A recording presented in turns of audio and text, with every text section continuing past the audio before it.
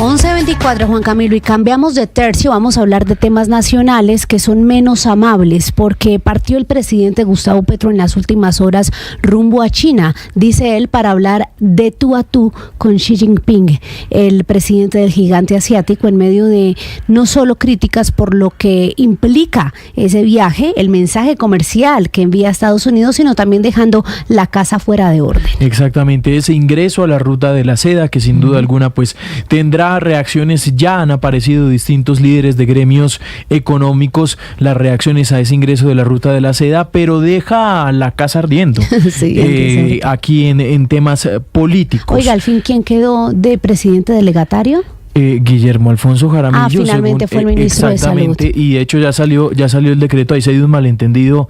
Lo que hay que decir es que a las 11 de la mañana DAPRE publica el decreto de Armando Benedetti delegándole funciones presidenciales. De la presidencia. Exactamente, delegándole funciones, y después sale el mismo presidente Petro desmintiendo esa noticia, diciendo no, va a ser Guillermo Alfonso Jaramillo. No desmintiendo, rectificando, diciendo que los medios decían mentiras, y quedó incluso, Juan Camilo, como debe ser por el tema de partido político y coalición, como lo estipula la ley, el ministro de Salud, Guillermo Alfonso Jaramillo. Pues para hablar de todo este cóctel político y de lo que viene en esta semana, que no va a ser menor a nivel de foco en el legislativo y el ejecutivo, Juan Camilo, saludamos hasta ahora a Pedro Viveros, analista político de Blue Radio y de Voz Populi. Pedro, un gusto saludarlo. Feliz domingo. María Camila, un saludo a usted, a Juan Camilo, los Camilos. Estamos aquí, los Camilos. Y a toda la audiencia. Muchas gracias por invitarme. No, a usted por regalarnos este tiempo de su domingo para reflexionar, Pedro, sobre entonces lo que está pasando en el gobierno. Vemos a un presidente que le ha subido a su tono mucho más agreste frente a sus opositores, pero que parece también tener un poco de desconexión con lo que pasa adentro, ¿no? Con sus fieles.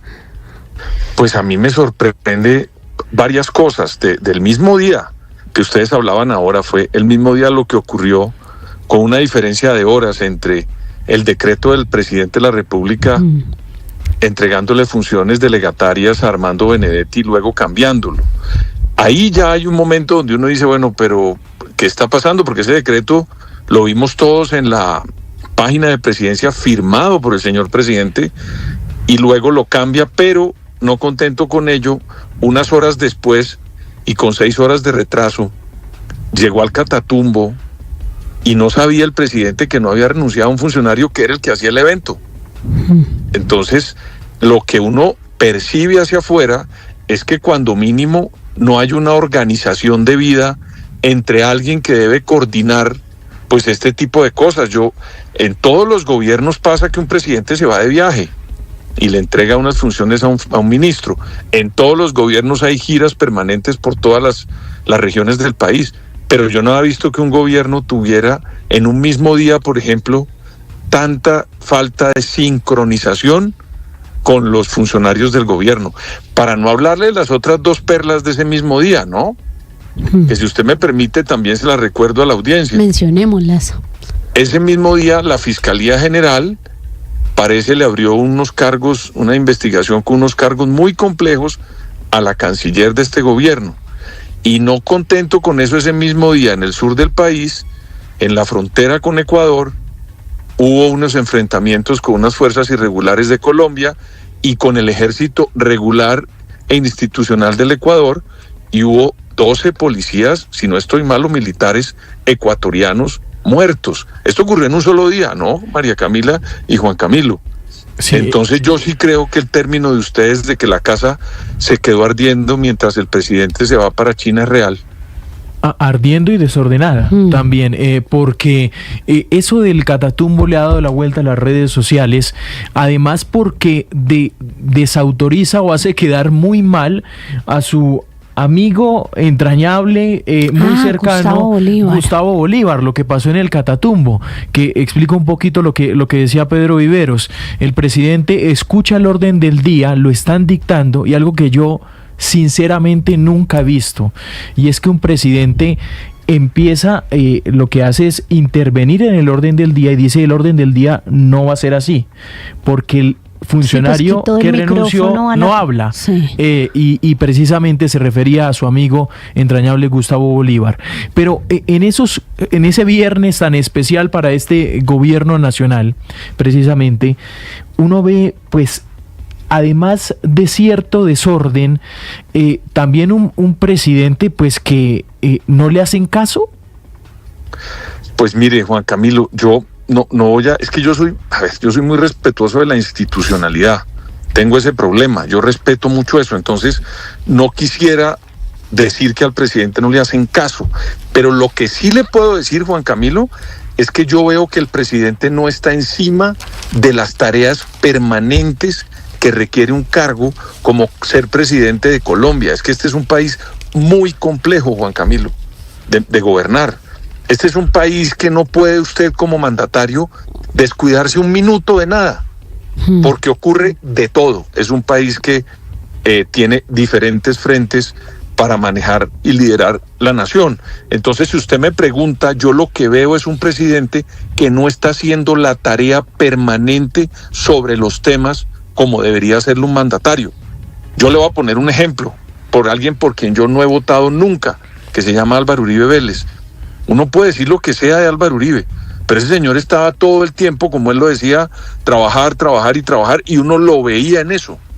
Entonces yo sí creo que contrario al expresidente Uribe, el actual presidente Gustavo Petro, por quien tampoco voté, no, en mi opinión, Juan Camilo, no está haciendo la tarea, y por eso usted ve este desorden que se percibe hacia afuera. Es que mire que parece que estuviéramos hablando de una columna muy interesante hoy de un tocayo suyo, de Pedro Medellín.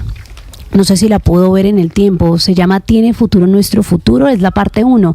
Y dice Pedro Medellín en un fragmento que para gobernar no solo se necesita saber qué hacer y con quién hacerlo, que eso es la política, sino también se requiere capacidad para hacer las cosas, poder, y con mucha política y poco poder, Petro no gobierna, solo administra intereses. Es lo que dice Pedro Medellín, muy en la línea de lo que usted mencionaba, Juan Camilo. Pedro, en ese sentido, teniendo en cuenta ya que el presidente está básicamente maniatado en esta ecuación de política y poder, porque ha sido más político que lo que usted menciona del uso del ejercicio del poder, frente a lo que viene, se va para China en medio también de mensajes políticos y comerciales muy controversiales y en medio de una semana en la que se debate en el Congreso la consulta popular. ¿Cuál es el abrebocas, Pedro, para esta semana muy cargada de política y también, sí, de polarización por lo que ha significado este proceso? María Camila, mire, algo que se me olvidaba, que también ya está saliendo en los medios y que tiene mucho que ver con esta semana en el Congreso. Dentro de las investigaciones que están haciendo de la Unidad Nacional de Gestión del Riesgo, salió una información que reposa en los entes de investigación de este proceso, donde presumiblemente o posiblemente hubo una injerencia de esos recursos que salieron y que fueron, digamos, dineros corruptos. De los sobornos, las coimas. De los sobornos, parece ser que se influyó en la aprobación de la reforma pensional. Sí. Si eso se comprueba, María Camila, vamos a estar entrando en un problema muy complejo, porque quiere decir que puede haber más congresistas involucrados en ese problema, que en un momento se circunscribía solamente a los sobornos de la UNGRD, pero ahora están hablando que esa plata sirvió también para mover cosas en la reforma pensional, por no hablarle de lo que dicen también de la elección de un magistrado de la Corte. Sí. Entonces, si usted mezcla eso con lo que viene de una votación en el Senado, vamos a encontrar que puede haber mucho ruido, mucho temor y mucha presión para que unos parlamentarios en este escenario y en ese panorama, con unas interrogaciones muy grandes en esos dos, que yo le digo, esos dos casos que también involucra a algunos parlamentarios, y eso al final también puede incidir. Pero también le sumo algo más. Allá hay una silla vacía, el señor Name sale del Parlamento, pero acaba de ingresar una persona que salió indemne de un proceso, que es el señor Ciro Ramírez, y ese señor está entrando al Senado. Sí, señor. Entonces, mire usted, y eso positivo, todo lo que nos estamos mirando de cara a una consulta, que entre otras cosas, María Camila, y para no alargarme, esa consulta, digamos que pase, van a la votación, digamos que saque el umbral y aprueban todas las preguntas, ¿y sabe después a dónde vuelve? al Congreso. Al Congreso, Sí. al Congreso de la República.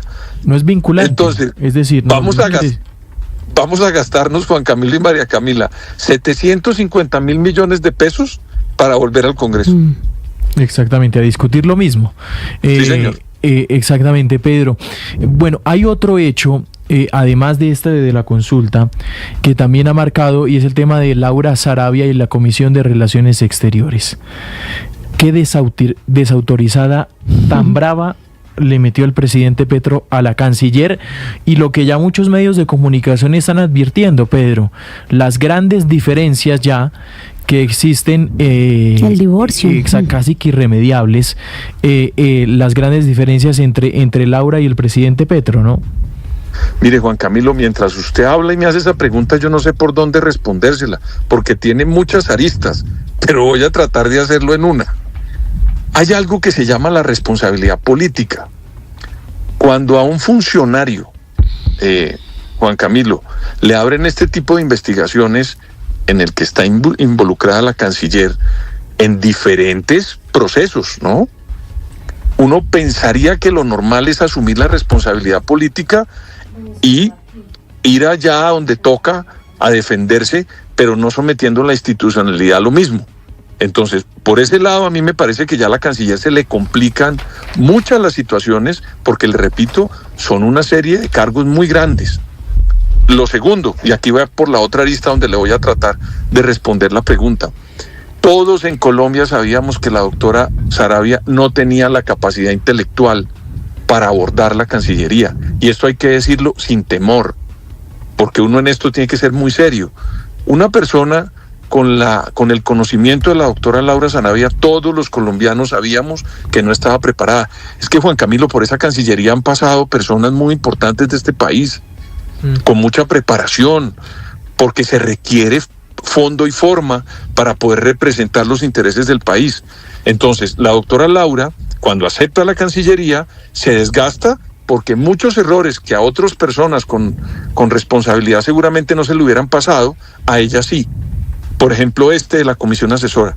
Uno no puede citar una comisión asesora si no lo tiene concertado con el presidente de la República, o no puede mandar unos mensajes de condolencias a otros países en un tono que no es el adecuado. O reconocimiento de elecciones. O reconocer un presidente. Es que aquí ocurrió algo tan grave como eso.